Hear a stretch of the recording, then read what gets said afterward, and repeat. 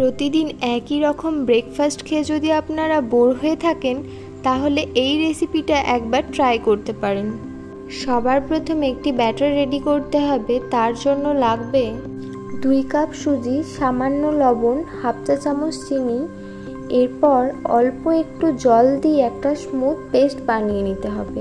এরকম একটা smooth paste ready হয়ে গেলে তার মধ্যে দেওয়ার জন্য একটি তড়কা রেডি করতে হবে।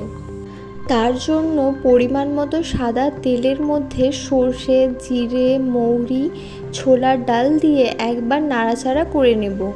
তারপর দিয়ে দেব তার মধ্যে সামান্য আদা কুচি ও কাঁচা লঙ্কা কুচি দিয়ে ভালো করে ভাজা হয়ে গেলে দিয়ে দেব কারি পাতা ও পেঁয়াজ কুচি দিয়ে হালকা করে ভেজে নেব। পেঁয়াজ এভাবে ভাজা হয়ে গেলে ব্যাটারের মধ্যে দিয়ে দেব এবং তার সাথে অ্যাড করব ধনেপাতা কুচি ও হাফ প্যাকেট ইনো।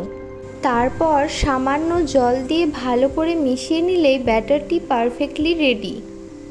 এবার ধোসাটি বানিয়ে নেব। তার জন্য এরকম একটি তড়কা প্যানের মধ্যে দিয়ে দিচ্ছি সামান্য তেল। তারপর তেলটি ভালোভাবে গরম হয়ে গেলে দিয়ে দেব ধোসার ব্যাটারটি 1 থেকে 2 চামচ। গ্যাসের ফ্লেম লো টু মিডিয়ামে রাখতে হবে। একদিকটা সুন্দরভাবে কালার চলে এলে একটা চামচের পেছন দিক দিয়ে অপর দিকটা পাল্টে নিতে হবে।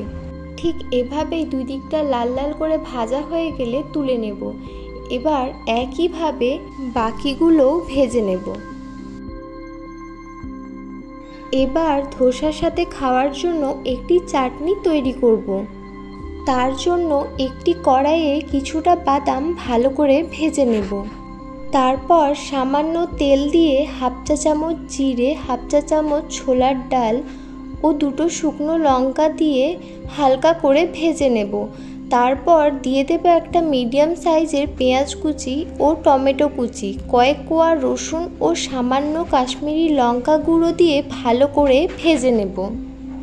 তারপর সব কিছু ঠান্ডা হয়ে গেলে একটি মিক্সিং জারের মধ্যে সব কিছু দিয়ে দেব এবং তার সাথে অ্যাড করব সামান্য একটু তেঁতুল। তারপর একটা সুন্দর পেস্ট বানিয়ে নেব।